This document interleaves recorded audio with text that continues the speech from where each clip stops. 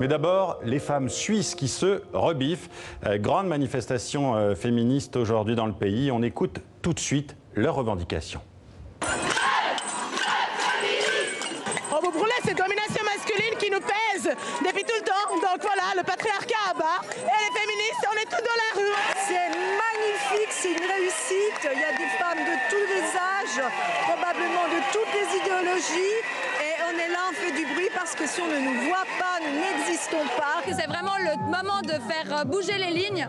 Et je pense qu'il y aura un post 14 juin qui va être hyper marquant et qui va nous permettre d'obtenir plus de droits et plus d'égalité. À ceux qui veulent dominer les femmes répondent résistance. Des propos recueillis par Pierre-Olivier Vollet. On continue de parler de ce mouvement qui a commencé donc à minuit avec vous, Aude Spang. Merci d'être avec nous.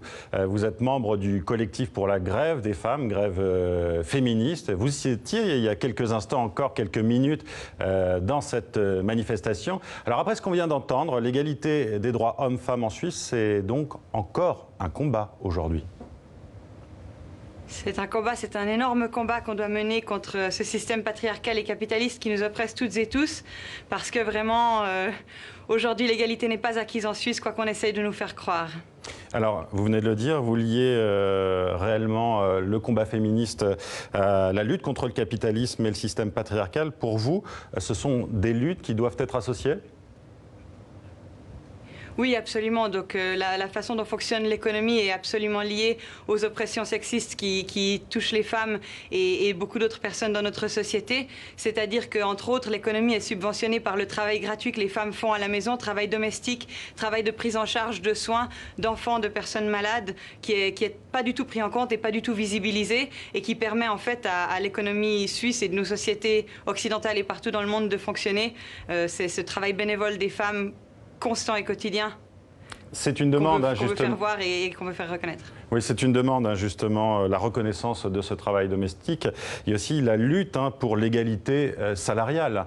Je crois qu'il y a 20% de différence entre les hommes et les femmes en termes de salaire en Suisse.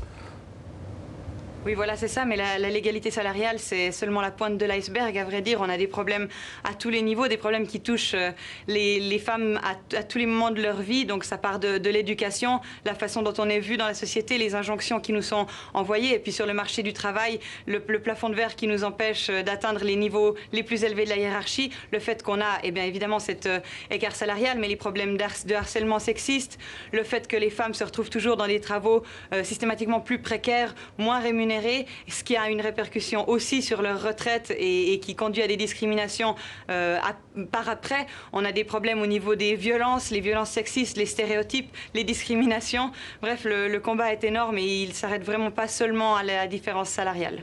Alors la Suisse a mis du temps à lutter contre les inégalités hommes-femmes. Les hommes ont dit oui au vote et à l'éligibilité des femmes en 1971 seulement. Comment vous expliquez que cela ait été aussi tardif dans votre pays ?